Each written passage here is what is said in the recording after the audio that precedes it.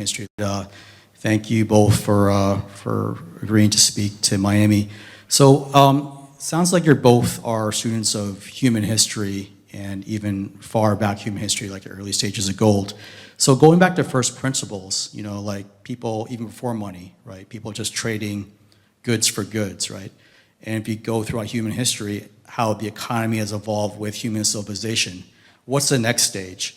Like, to give you an example, like colonialism, all those countries are poor now. Basically, Singapore has almost triple the GDP per capita compared to the UK, for example, or 2.5, for example. So if the Bitcoin world does come about, who are the winners, who are the losers, or how does the world change, or how does human civilization change? Great question. That is a great question. I guess first on the origins of money, I don't think there's any anthropological consensus on what the original money was or how it emerged. Carl Menger wrote a book on the origins of money, which gives like a theoretical framework for how it emerged that I think makes a lot of sense. You could read Graeber's book, Debt, the First 5,000 Years, for an anthropological approach. He said that it was actually debt was the original money. So people trading favors, right? I kill a buffalo today, well, I can't eat the whole buffalo, so I'll share it with you 40 people, and you all owe me one, right? So it's like this IOU system initially, and then eventually we get like a token to replace that IOU accounting system, which was gold or commodity money.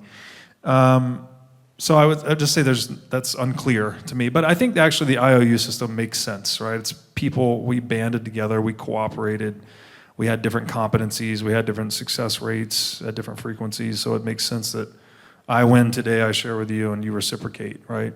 Richard Dawkins called money a token of delayed reciprocal altruism. So through an evolutionary biology perspective, I think that makes a lot of sense. To the question is, how does the world change post-Bitcoinization? If it succeeds, who are the winners, who are the losers?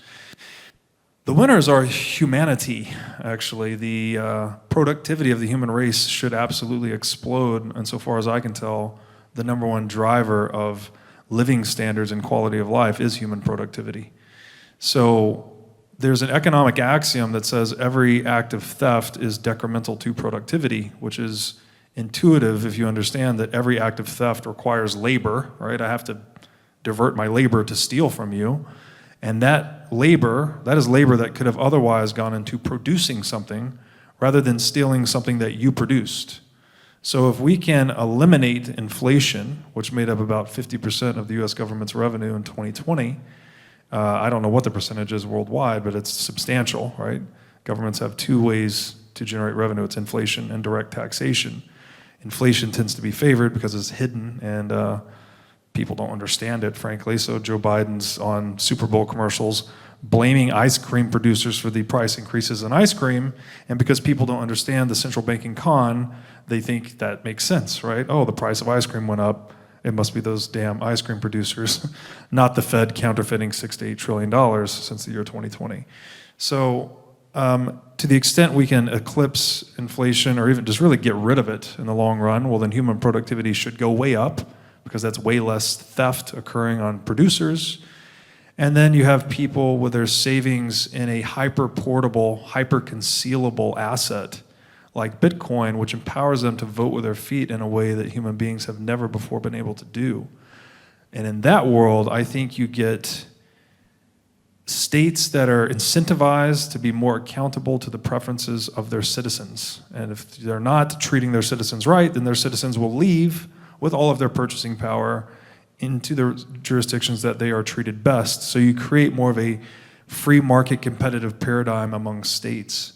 And that leads to a lot more experimentation in terms of policy frameworks, civil liberties, et cetera, right? You just get more options and you get less inflation, less taxation, and more human productivity. So I'm very excited for post-Bitcoin. I agree that a world in which Bitcoin is the main money that people use would be a better world than the one we live in. I do worry a lot about the path from here to there. The path from here to there could involve an enormous amount of dislocation.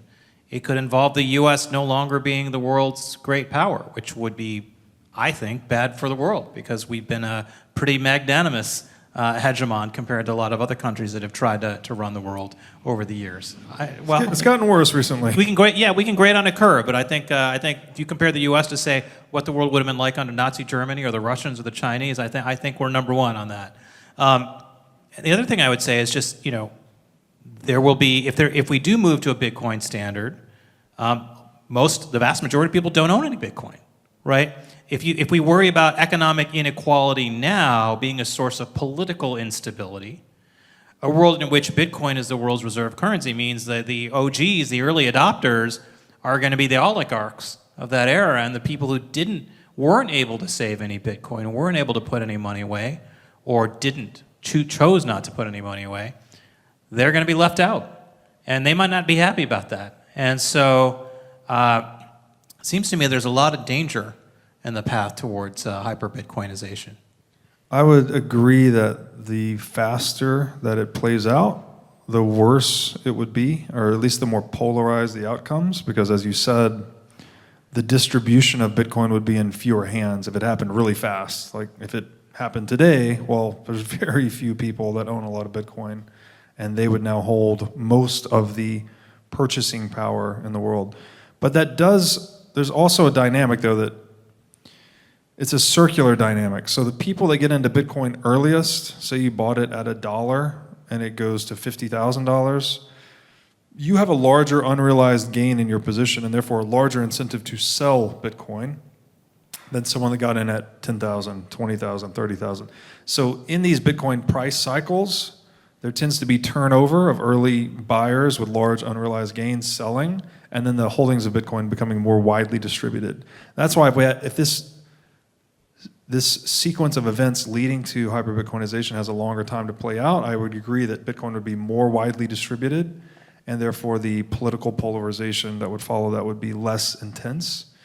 However, even if it was the worst case scenario, right, and Bitcoin, well, let's say the worst case scenario from today, at hyper-Bitcoinized today, all of the monetary purchasing power in the world flowed into Bitcoin, that would still set up a better future, in my opinion. Although the exchange might be rocky, painful, it would still set up a better future because people now have a stable set of rules on which to build a sound, prudent economic strategy, business, etc., and they can preserve the fruits of their labor into the future without the fear of state interference, state confiscation, state theft. So you set up the conditions for like an ideal laissez-faire environment. And in that world, wealth and productivity are so much higher that the idea of people struggling to make ends meet, I think, could become a relic of the past at some point. Before we get to the next question from the audience, I do want to ask you about what you just said. The role of Bitcoin, or the utility of Bitcoin as a form of money that is censorship resistant, that governments can't prevent you from transacting in. There's been an effort by the U.S. government in just the last couple of days to arrest people in the Bitcoin ecosystem who are using Samurai Wallet. Samurai Wallet, which is, for those who don't know, it's a service that mixes your Bitcoin so it's less traceable. So because on the blockchain you can actually trace where the Bitcoin provenance goes over time. It's actually not as untraceable as, say, paper currency like US dollars is. But these mixing services allow you to make your Bitcoin less traceable. The government is trying to say that any technology that's involved in that transmission of Bitcoin, including literally a USB cable, is a money transmitter and therefore subject to US money transmitter regulations. So the US, at least parts of the US government, are trying to assert that Bitcoin can be censored and that it ought to be censored. How confident are you that Bitcoin actually is censorship resistant? Yeah, so we would first of all have to have an overturning of the First Amendment to actually create a legal framework for the illegalization of Bitcoin, to actually make it Explain outlaw. why that is. And this is because ultimately to possess Bitcoin, so one of the things they're going after is self-custody. So this is where you hold the Bitcoin yourself. Well, to hold Bitcoin, obviously Bitcoin is not tangible, it is to possess an alphanumeric string of information called a private key. So you can think about this as like a password, if you will. That is just information, right? So to hold your Bitcoin is to keep a secret, basically. The United States government would have to outlaw secret keeping, right? You can't, the bizarre nature of this, when you start to peel back the layers, is really just berserk, right? You can't outlaw words, you can't outlaw colors, you can't outlaw information. It just doesn't make sense. I wrote a long essay on this called The Number Zero in Bitcoin, which I think the emergence of the number zero is a good historical allegory for what Bitcoin is like, because, well, the number zero was threatening to a lot of institutions. They tried to outlaw it, they tried to prevent people from using it, but ultimately merchants adopted it because it was useful, basically, and it's just information, so you can't really put the genie back in the bottle, so to speak, once the idea gets out. And that gets at Victor Hugo's famous quote that there's nothing more unstoppable than an idea whose time has come. And I think Bitcoin is like that. So, do I think the US government can regulate information? No, I don't. I don't think you can point a gun at a math problem successfully, and I don't think you can prevent people from using an information technology that's useful to them.